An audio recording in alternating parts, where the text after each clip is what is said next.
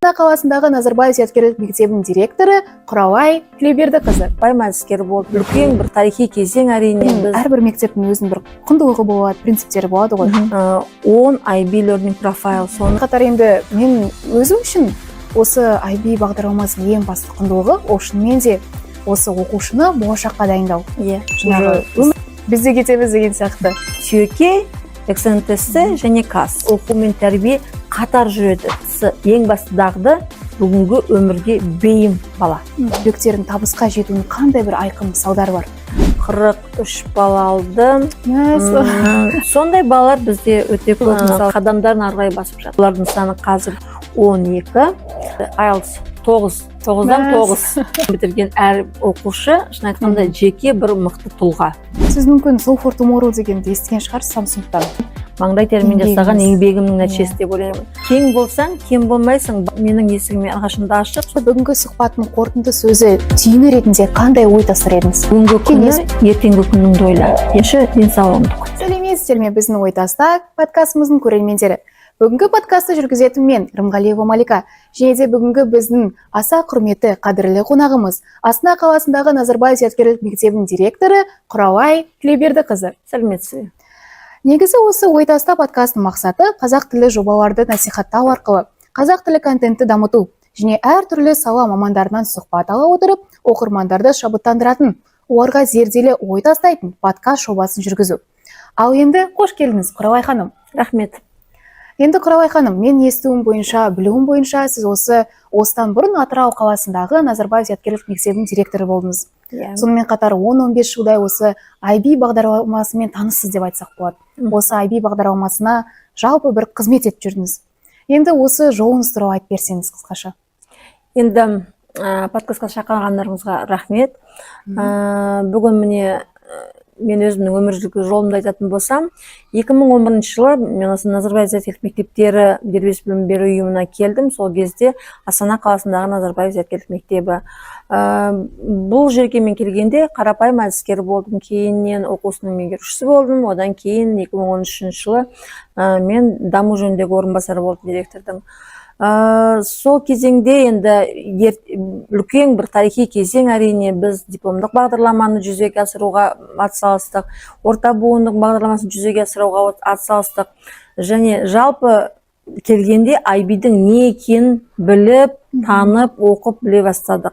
Оғанға дейінгі мен өмірлік жолым ол қарапайым мектепте, лицейлерде директордың орынбасары болған болатын. Енді 2013-тен 2020 жылға дейін жаңа мен айтып кеткендей директордың даму жөніндегі орынбасары болдым. 2020 жылы мен Атырау қаласындағы химия биология бағытындағы Назарбаев зияткерлік мектебіне директор болып тағайындалдым. Қаңтар айынан бастап, сол мектепте өзіңіз білетіңіздей, ол IB бағдарламасымен жұмыс істемейді, NIS программен жұмыс істейді. NIS програм бағдарламасы ол біздің Назарбаев зияткерлік мектептерінің мұғалімдерімен Кембридждің емтихан кеңесімен бірге бірлескен үлкен халықаралық бағдарлама. Ол халықаралық бағдарламаны әлем бойынша мойындап отырған университеттер мен мемлекеттер аз емес. Енді IB-ға қайтадан келетін болсақ, 2022-де мен қайтып оралып осы халықаралық мектепте де жұмыс істедім бір жылдай. Және де қазан айынан бастап 23 жылдың мен IB мектебіне қайтаран директор болып тағайындалдым. Енді өмірлік жолым қысқаша осылай. Тамаша. Енді қарап тұрсақ, тәжірибеңіз өте бір күрделі, үлкен екен. Енді осы көптеген мектептерді көрдіңіз, және де жалпы қазір енді мектептердің, әрбір мектептің өзінің бір құндылығы болады, принциптері болады ғой. Сонымен қатар бізді бір ортақ нәрсе ол IB бағдарламасы болып тұрды қазір. Сондықтан да енді осы IB бағдарламасының ең басты бір құндылықтары мен принциптерін айтып кетсеңіз. Енді IB бағдарламасының құндылығына келетін болсақ, енді IB бағдарламасы 50 жылдан астам тарихы бар үлкен халықаралық бағдарлама.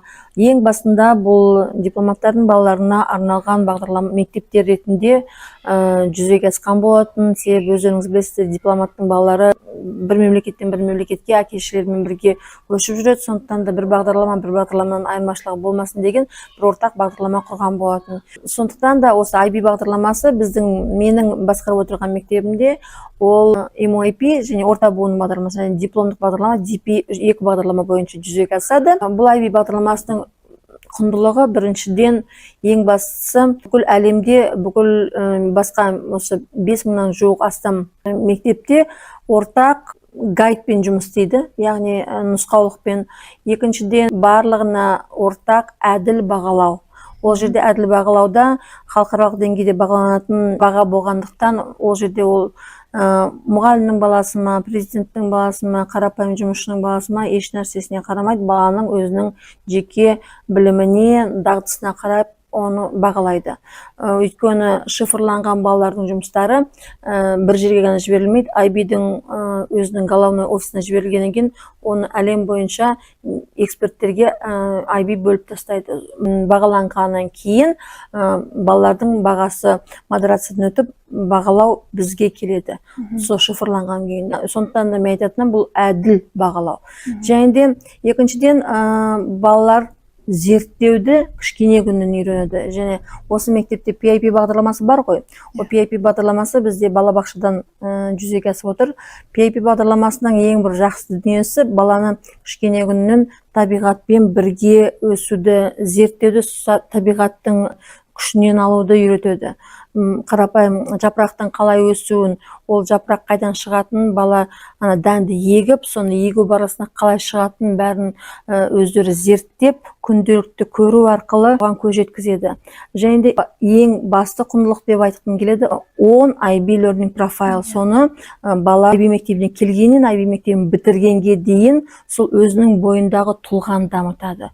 Оны жан-жақты дамытады. Сондықтан да IB бағдарламасын бітірген балалар ол қазіргі өмірге бейімделген, жан-жақты дамыған тұлға болғандықтан әлем бойынша кез келген университет құшақ жая қарсы алады.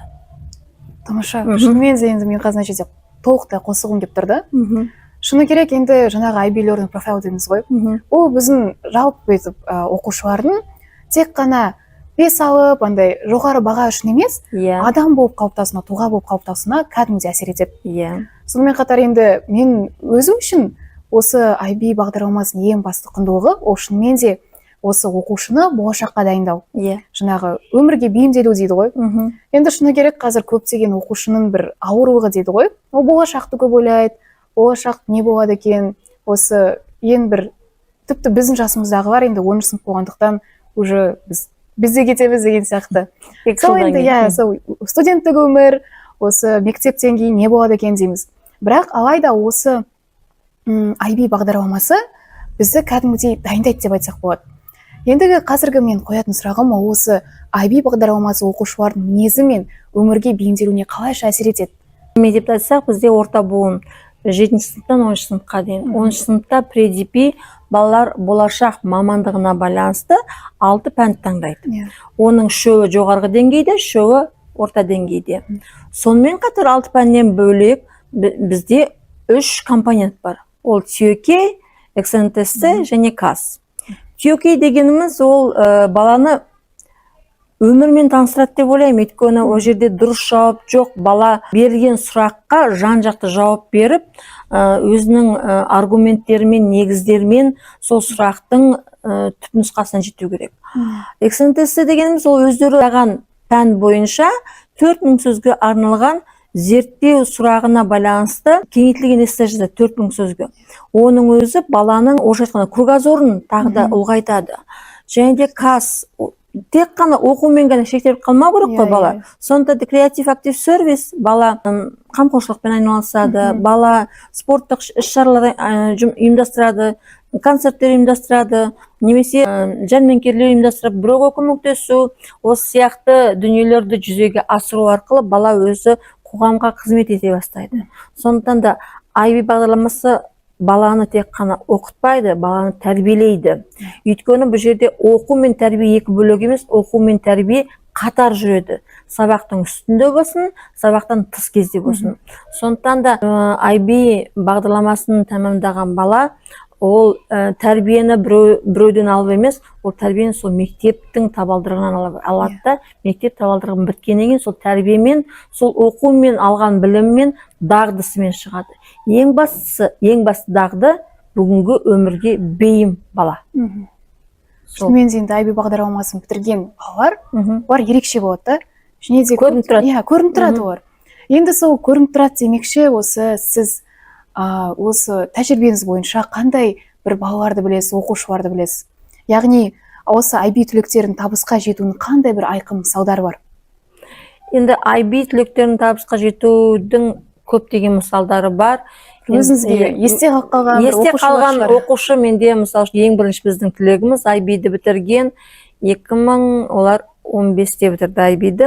Мынау Құдайберген Нұрым 38 балмен бітірді. 10 секундтың ішінде ол бала көбек-рөбекті көзін жұмып, көзін жапқан күйінде 10 секундтың ішінде көбек-рөбекті жинап орнына қоятын. Ол бала бір жылға гапьер алды да Гуглға барып жұмыс істеді. Қазір енді естуімше сол Америкада, сол Силиконовая долинада жұмыс жасап жатыр деп естідім. Тағы да өте көп бала оқушылар бізде бітірді. Қазір де келіп жатыр, келіп құшақтап, біз осындай жетістікке жеттік осы мектептің арқасында, мұғалімдердің арқасында деп. Тағы да есімнен кетпейтін менің оқушым, ол Мұқан Нұрпейіс, ол бізде 43 бала алды. Қазір Лондонда жұмыс істеп жүр. Нью-Йорк университетінен Абу-Дабидағы оқуға түскен, содан кейін ол Нью-Йоркта да оқыды ары қарай, бірақ жұмысын қазір Лондонда жасап жатыр. Содан кейін осы Инстаграмның көлеміндегі Threads приложениесінің соның құрастырушылардың бірі. Енді бізге Ануар Қанатович айтады, одна жолы мен сол баламен кездестім, мен шетелде жұмыс істеймін, өз дағдыларымды алам, бірақ та кейін жұмысты мен Қазақстанда жалғастырамын дейді.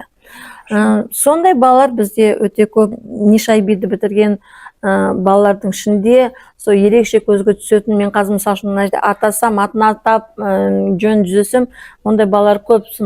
Осы екі ұлды ғана атайын, бірақ дегенмен де Нью-Йоркский университет, Абу-Дабидағы Нью-Йорк университетіне түскен осы Нұрпейістен кейінгі балалардан IB балалары қаншалықты мықты екеніне көз жеткізіп, сол Абу-Даби университеті кейін Назарбаев мектебіне, IB мектебіне 10 гранттан 12 гранттан берді. Полный грант, оның ішінде стипендиясы бар, жататын орны бар, ұшып келетіні бар, кейіннен басқа университеттер бар, дополнительный оқу бар, соның бәріне олар өздері ақша төлейді. Сондықтан да қазақта сөз бар ғой, алдыңғы арба қалай жүреді, кейінгі арба солай жүреді. Сондықтан да бірінші біздің түлектер жақсы стартты жасап берді, жетістікті. Қазіргі түлектер соның қадамдарын ары қарай басып жатыр. Сондықтан да біз кез келген түлекті құшақ жая қарсы алып, қазір біздің Назарбаев мектебінде өзіміздің бұрын оқып келген түлектер жұмыс істеп жатыр. Олардың саны қазір 12. Соның бірі Достай Нұрбек, осы жолы не алып кепті? IELTS 9-дан 9. Сонда енді осындай бізде самородок, яғни IB мектебін бітірген әр оқушы, шын айтқанда жеке бір мықты тұлға. Сонда IB бағдарламасын бітірген әрбір тұлға, оның жетістіктерінің бәрі осы IB бағдарламасының нәтижесінде, сіздің айтқыңыз келгеніз. Енді жетістіктің бәрі IB бағдарламасы оларға жолды береді, жолды көрсетеді. Бала дұрыс жолды IB бағдарламасы арқылы ала алады дегім келеді. Оның барлығын 5 саусақ бірдей емес, барлық IB мектебін бітірген бала бірдей болмайды, барлығы жетістікке жете бермейді. Бірақ та олар көпшілік, мысалы үшін қарапайым мектеппен салыстырғанда, басқа бағдарламамен салыстырғанда, олар көпшілік. Сондықтан да, мысалы үшін Учанова Асия деген бірінші біздің мектепті бітірген, жаңағы Достай Нұрбекпен оққан, жаңағы Құдайберген Нұрмен оққан бала, қыз баламыз, ол бала бізде КБТУ бітірді. КБТУ өзіңіз білесіз, 2 дипломды береді. Сонда сол КБТУ жазған болатын. Учанова Асия біздің батыр, ол бала IB-ді бітірді, бұл ерекше бағдарлама деп. Учанова Асия 8-ші класстың өзінде 9-ші класста математика и шахматы деген кітапты жазып, сол бірінші Асияда ол ғылыми жоба болды. Кейіннен ол ғылыми жобамен шетелге шығып келді, халықаралық жобаға. Кейін оны кітапқа айналдырып кітап жазды, және ол кітабы Амазонда сатылды әлі күнге дейін. Енді көріп отырсыздар, иә? Сонда жетістіктер көп балалардың. Әр кез келген баланы алсаң, әр қайсында бір жетістік бар. Ол жетістікті атай берсең әрине көп. Мен неге ол балалар деген атап отырмын, енді мен 20-шы жылы кеткеннен кейін соңғы менің түлектерім ол 19-шы жылғы түлектер болды. Содан кейін мен бір 4 жылдай Атырауда жүріп қалдым, мында жүріп қалдым ғой. Содан кейін бір қайтадан қайтып келдім. Енді барлық түлектерді мен білем. Енді қалғандарын білмейді емес, білем, бірақ дегенмен де осылар ерекше. Ал енді осы оқушылардың барлығы жетістік, білім деп, білімнің артынан жүгіріп, жеке өмірі не болады деп ойлайсыз? Мына жерде бар ғой, мен ең сүйікті тақырыбым да осы сұрақты көп күткен бағанадан бері. Негізі қазіргі оқушылардың бір ауыртпашылығы дейміз ғой. Не дегенмен IB бағдарламасында оқу оңай емес. Оңай емес. Енді осы мектептегі қатаң академиялық талаптар мен оқушылардың жеке өмірі, менталды денсаулық арасындағы баланс жайлы айтып жүрсеңіз. Бұл әрине өте күрделі сұрақ, бүгінгі күндегі өзекті сұрақтардың бірі. Себебі менталды денсаулық мына локдауннан кейін, мына карантиннен кейін әркімнің нетпеге кірмеген отбасы жоқ. Сондықтан да кез келген отбасы осы карантиннен зардап дәл шегіп жатыр. Оның нақты дәлелін мен айта аламын. Биылғы түлектер, келесі жылғы түлектер ең көп карантинде отырған балалар. Яғни онлайн оқуды ең көп көрген балалар. Яғни олар қалайша, ол балаларға біз қатты көмек көрсетіп жатырмыз. Себебі олар нағыз дамитын шағында, бір-бірімен араласатын кезеңінде, бір-бірімен ойнап, мысал үшін өздерінің недерін, ішкі жан дүниесін көрсететін кезеңде олар үйде отыр қалды. Қамалып қалды. Оған ол балалардың ешқандай кінәсі жоқ. Ата-анасында кінәсі жоқ. Ол сол кездегі заман солай болды. Яғни осы 2 жыл бұрынғы кезең өзіңіз де білесіз, сондай болған.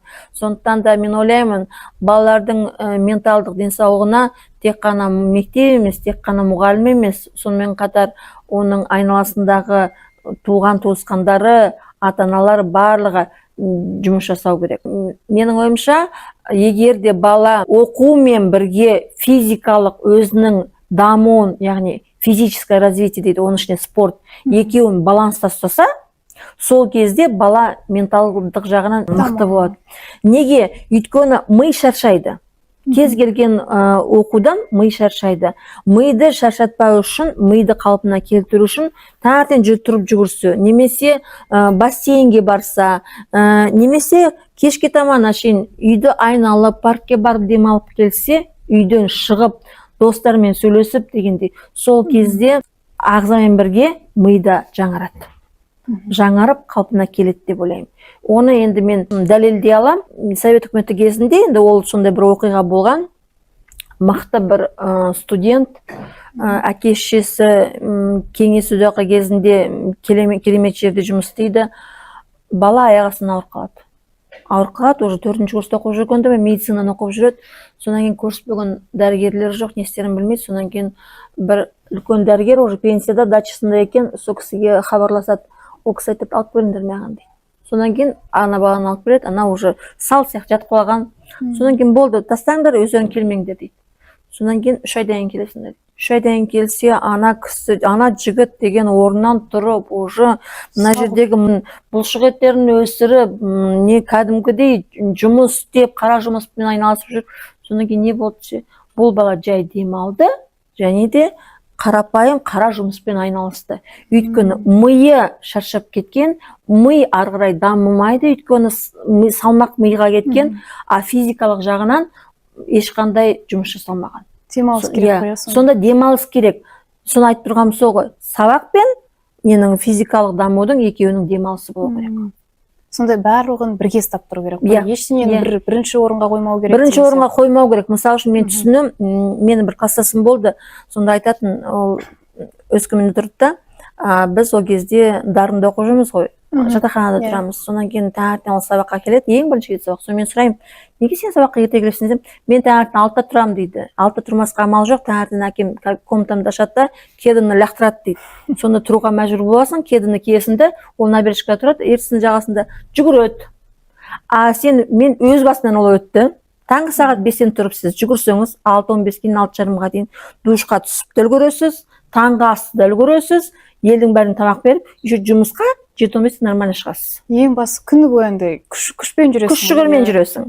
Сонда өте жақсы, мен оны түсініп отырмын. Сол бала сол кезде орысша айтқанда в легкую оқыды, спортпен де айналысты, сабағында оқыды, сабағында жақсы бітірді. Жақсы. Шынымен де маған да бір не болды да, кеңес болды да, өйткені шынымен де андай қиналып кетсем деп айта алмаймын, енді бәрібір кішкене қоса алмай қаласың, тым сабаққа беріп кетесің, немесе керісінше сабақты тастап кетесің деген сияқты. Балалар бізде қазір демалуды қалай ойлайды? Демалуға олар киноға барады. Содан фастфуд жейді. Ол демалыс емес пе? Ол демалыс емес. Ағзаңыз одан сайын перенагружать етесіз, өйткені ана фастфуд майлы, оның ішінде углеводтары көп. Ағза энергияны фастфудты қорытуға жібереді. Сіз одан сайын шаршайсыз. Сондықтан да тамақты да жөнді түзеу керек. Энергия көзін басқа жерден табу керек. Иә, дұрыс айтасыз. Жақсы. Ал енді болашақта осы мектептерде қандай өзгерістер, жақсартуларды ойлап жатсыздар негізі? Біз үнемі трансформацияға ұшырайтын мекеменің біріміз ғой. Жалпы Назарбаев Зияткерлік мектептері үнемі бір орында тұрмайды, әрқашанда бір жаңашылдықты ойлап шығады. Енді қазіргі таңда оқушылармен бірге түрлі жобаларды ұйымдастырып жатырмыз. Мысалы үшін 2 апта ауылда 10 күн ата-анасының жұмысында дегенде. Қазір осы жол біз қамқоршылық кеңесінің мүшелерімен кездестік. Сол кезде біз ата-ананың жұмысының орнына қамқоршылық кеңесінде бізде осы зеленый экономикамен айналысады. Ол қаланың сыртында Сарыковойдан ветряный мельницалар бар ғой, энергия свет шығаратын. Сол жерге келсін дейді, балалар көрсетейік дейді, қалай барлығы жасалады, солнечный энергия қайдан алынады, сол батарейкалармен жұмыс істеуді. Ол өте жақсы дүние. Егер де баланың қызығушылығын біліп, баланың қызығушылығына байланысты біз оларға бір кәсіп тауып берсек. Өйткені бізде қазір 3 айдың ішінде кез келген бала болады, 100 баланың бір 2-еуі ғана отырып қосымша жұмысын істейді. Қалғаны ауылға барса рахмет, ауылға ешкім бармайды. Барлығы осы қалада жүреді, немесе шетелге шығады. Жақсы шетелге шықсын, бірақ дегенмен де оның барлығы өзіне пайдалы болса жақсы. Сонымен қатар біз келесі жылы дипломдық бағдарламада, келесі жылы біз бастасақ, одан кейін 1 жылдан кейін француз тілін енгізейік деп отырмыз. Және де Қазақстан тарихын қазір жаңартып, басқа бағдарлама ретінде кіргізейік деп отырмыз. Сонан кейін ғылымдар бойынша 4-ші бізде блок, ол ғылымдар. Сол ғылымдарға тағы да бір пәнді енгізуді ойластырып отырмыз. Енді оның бәрі біздің жоспарда. Француз тілі неге? Себебі қазір бізде президент, француз мемлекеттің президентімен кездесті, Макронмен. Француз альянсы біздің мемлекеттік күшті жұмысын жасап жатыр. Мықты қарқынмен француз тілінде алатын білім деңгейі жоғары болғандықтан және грант беріледі ғой ең бастысы. Ол біздің ата-аналарға, біздің оқушыларға өте жақсы көмек. Сондықтан да француз тілін енгізгелі отырмыз. Өте бір оқушылардың құлағына жағымды бір жаңалықтар екен. Өйткені шынымен де бұл оқушылардың да бір мүмкіндіктерін көбейтеді. Сонымен қатар мен ондай қазір қосқым келіп тұр да. Сіз мүмкін Soul for Tomorrow дегенді естіген шығарсыз, Samsung-тан. Стартап идея проекттер бар ғой. Қателеспесем, Niche Women-де ол бір осы жобаға қатысу үшін, яғни қатысқан үшін, бұл как суммативка ретінде бағаланады екен. Сонымен, яғни бұл жерде айтқым келгені сондай жобаларды қосу да осы оқушылардың мүмкіндіктерін көбейтеді. Сондықтан да сөзіңіз аузыңызда. Бізде IB-де MDU деген болады. MDU ол екі пән қосылады, бір юнитті жасайды, сол юнит бойынша жұмыс істейді, бағалау алады. Соның бағасы 2 пәнге де қосылады. Бір бағалау жасалынады, бірақ 2 пәнге де ол әсері болады. Ол өте қызықты, және де мысалы үшін бір-бірімен қосылмайтын пәндерді кіріктіріп оқытуға болады. Ол қызықты, және сіз айтқаны жаңағы проектпен жұмыс істесе, әрине мысалы үшін робототехникаға немесе басқа да ғылыми жобаларды жаңағы өте қызықты идея екен. Мен мұғалімдерге айтып көрмесем, мысалы үшін ғылыми жобамен айналысқан бала егер де сол кезеңдегі бағдарламадағы сағаттарды қамтыса, неліктен оны алмасқа, ондай жағдай жасауға болады. Ол дипломдық бағдарламаға әрине келмейді, Ол орта буынның MOP бағдарламасы. MOP бағдарламасы жалпы өзі өте жұмсақ бағдарлама ғой. Ол ұлттық құндылықтарды ұмыттырмайтын, ұлттық бағдарламаларды жүзеге асыратын бағдарламалардың бірі. Сондықтан да MOP-де ондай жағдай жасауға болады. Жақсы. Енді сіздің лауазымыңызға келетін болсақ, негізі шынымен де сіз өте бір жоғары лауазымда тұрсыз да, Ниш-IB-дің директоры дегендей. Енді мына жерде бір қызығушылығым оянып қалды да. Осы лауазымға келуде бұл бір балалық арман болды ма, немесе мақсатыңыз болды ма? Немесе тағы да үшінші нұсқа дейді ғой, мүмкін кездейсоқ жағдай болып қалған шығар. Жолыңыз ашылып дегендей. Ешқашан мен директор болайын деп ойлаған жоқпын. Кездейсоқ болды дейсіз ғой? Кездейсоқ болды деп. Мен жұмыстандым. Менің артымда тұрған ағам немесе көкем жоқ, немесе әкем министр емес. Мен кез келген осы өзімнің жетістігімді, ол мен өзімнің жасаған, маңдай термен жасаған еңбегімнің нәтижесі деп ойлаймын. Енді еңбегімді бағалаған біздің басшыларға мен алғысымды білдіремін. Себебі Крашна Атайқызы болсын, Светлана Багитовна болсын, Анар Қанатович болсын, менің бойымдағы осындай лидерлік қасиеттерімді көріп, соны бағалап, осы лауазымға отырғызғаннан кейін сол кісілердің маған артқан үміттерін ақтау үшін, ол біріншіден, екіншіден, сенің алдыңда 1040 бала, 2000-нан астам ата-ана, 300-дей қол астында істейтін жұмыскерлер, мұғалімдер, координаторлар, сол кісілердің үміттерін ақтау керек қой. Ол кісілерді бір орында тұрғызып қоймай жетелеу керек, дамыту керек. Сондықтан да өзіңде тұрмайсың ол жерде, елді дамытасың. Мына директор дегеніміз, кейбіреулер ойлайды ғой, ойбай директор, ойбай қорқамыз, немесе тағы бірден ойбай қатал деп маған қарайды да, кішкентайсыз ғой, мен айтамын, енді мен дәу болатындай бойым кішкентай, не істеймін енді. Балаларға да айтамын, мұғалімдерге де айтамын, менің есігім әрқашанда ашық, сондықтан да келіп өздеріңнің идеяларыңызбен бөлісе беріңіздер. Ашық болсаң, кез келген жаңа идея еркін кіреді. Кең болсаң, кем болмайсың, барлығы айтқан идеяңды ары қарай дамытып алуға жағдай жасайды. Сондықтан да менің ойымша, директор болу арман емес, директор ол бір үлкен міндеткерлік, оны алып жүру жауапкершілік, оны алып жүрудің өзі бір күрделі бір жұмыс. Сондықтан да өйткені бұл, мен егер академиялық және тәрбие жағынан ғана жауап берсем бір сәрі, ол бүкіл мектептің жүріс-тұрысы сырттан бастап, есік алдынан бастап, мектептің төбесіне дейін есік алдында котельный, ыстық болып кетсе де директор неге сөйтпеді, суық болып кетсе де не болды, су дұрыс болмаса да, соның бәріне өйткені директор өзінің көмекшілерімен бірге соның бәріне жауап береді. Ал енді біздің подкастымызда аты ой таста болғандықтан, осы бүгінгі сұхбаттың қорытынды сөзі түйіні ретінде қандай ой тастар едіңіз? Кеңес болса, немесе бір қорытынды ой? Қорытынды ой енді мен барлық жастарға айтатыным, оқушыларға айтатыным, бүгінгі күні ертеңгі күніңді ойла. Яғни жоспарлауды біл. Жоспарлау үлкен бір басты дүние бұл өмірде. Өйткені қалай жоспарласаң, ол сенің болашақ өмірің сол ағыммен кетеді деп ойлаймын. Және де екінші, денсаулығыңды күт. Өйткені білімді алуға болады, дағдыны дамытуға болады, дарындылықтың өзін дамытуға болады.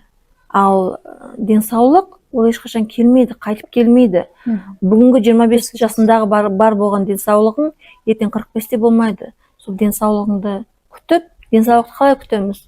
Ол сен жеп отырған тамағың, ол сенің күнделікті ойың, стресске түспеу. Мен сөзбен айтқанға ыңғайлы әрине, бірақ та оның бәріне үйренуге болады. Сондықтан да жоспарлау және денсаулығыңды күту. Құралай ханым, рахмет көп-көп. Осы уақыт бөліп бүгінгі подкастымыздың қонағы болғаныңыз үшін алғысым шексіз. Рахмет сіздерге. Ал енді тыңдармандарымызға өздеріне зерделі ой түйді деген сенімдеміз. Келесі кездескенше сау болыңыздар. Сау болыңыздар.